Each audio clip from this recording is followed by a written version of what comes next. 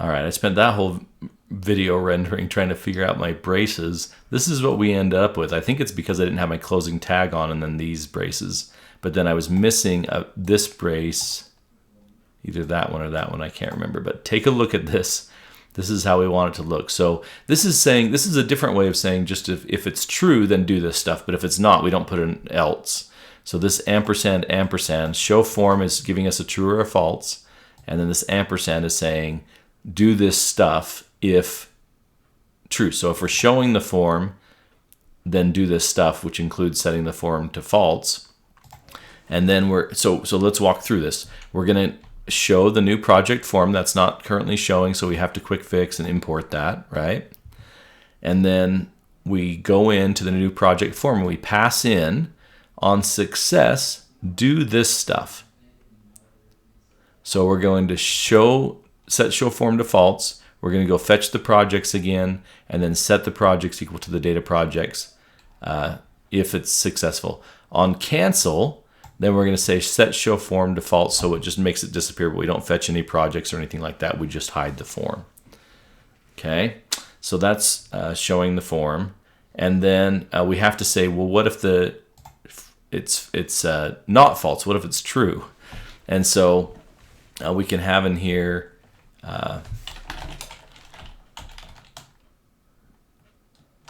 well, I'm going to put it in the other order because we're not going to have it showing at first. So I'll put this up here. So not show form, which means that that's true. Well, let's see. No, if it's false, then I'm going to put in its place. Let's see if I can keep my braces straight this time. I never had braces, by the way. I kind of feel bad about that I missed out on that experience that so many people get. We want a button that says add project, and the class name, we can make it look a little fancier. So button success, MB3, and then on click, we'll set that equal to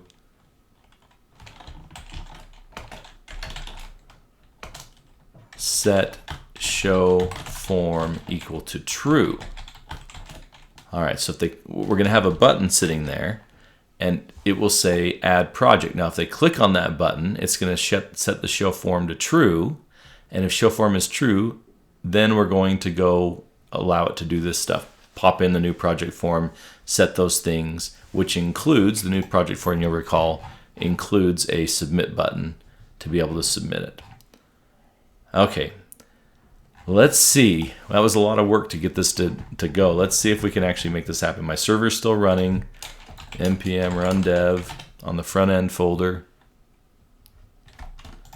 Pop up this window and cross our fingers. So we go to, that's not a good sign, admin projects, and we're getting our error message failed to fetch projects. Now I'm just wondering here, we could have done something wrong, but it's been a long time since I've been run this server. So let's restart the server. We've made some changes, and let me do a save all actually before I do any of that. So .NET watch run, which will load up the server, and I'll stop it on this side too and restart once we get it up and running. Oh, notice it's got some new methods here, a post, a put, and a delete to be able to test out those things. And so I'm going to close this out, terminate yes, npm run dev, pop this up, failed to fetch projects. All right, well, this set of videos may never end as we continue to get little errors. I wonder what's wrong. So obviously something in our API is where we've been making changes. Something's not working quite right, and we moved all this stuff over into the, I'm just looking here, so water, oh, I've got water twice. Did you notice that? So I've got water, so this will drop in here, so it'll be water/water, and we just want it to go to all projects. So I'll delete that. Let me make sure I didn't get it wrong, and then I did down here too. because we included it up there. All of the controllers are going to have that. Okay, let's try saving. And now, if we try this again, now we get our projects.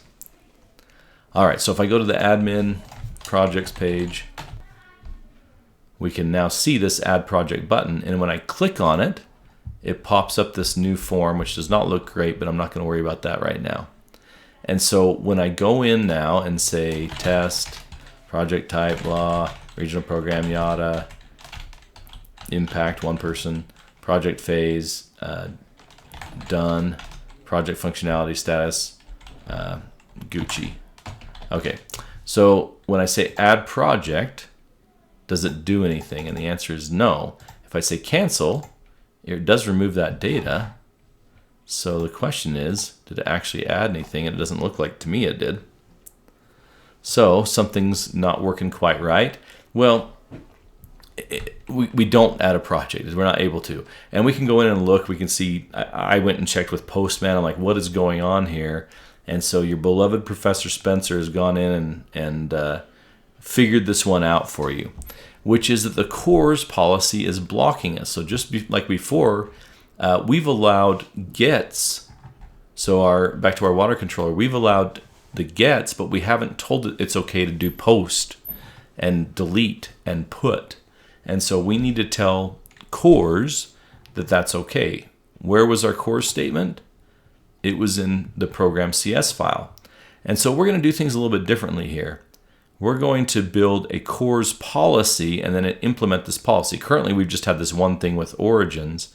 But up here in this line, after the DB context before the var app builder build, we can build a little policy here saying the name of the policy is to allow React app. This is just the name we're giving it. Allow React app blah.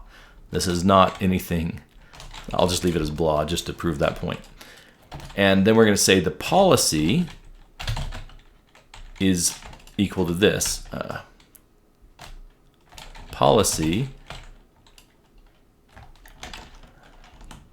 frustrating, escape to not have it do that, is equal to, and policy is just a word we're making up, equal to, let's first of all, policy.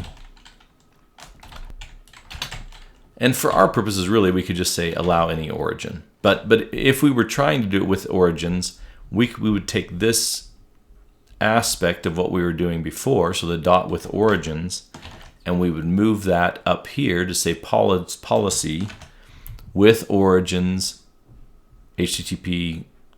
In my case, I've changed it to 3001 because I got something running on 3000. And then I'd say the other thing we need to do is to allow any method, meaning it can be a get, it can be a post, it can be a delete. I'm allowing any method, and I'm also allowing any header. Now, obviously, as we get more involved in security, we may be concerned that we don't want to allow just any method or allow just any header. But currently, that's what we're doing. All right, so once again, I've got an error. Oh, I messed up in the way I did this. What we want to do is say options, and then the options that we want are to create this policy. So we'll have a brace around this. We're back to braces problems, and we're over 9 minutes. So the options are for this to options add policy. What did I do? Options.add policy, and then this is the policy that we're adding is, wow, I butchered that.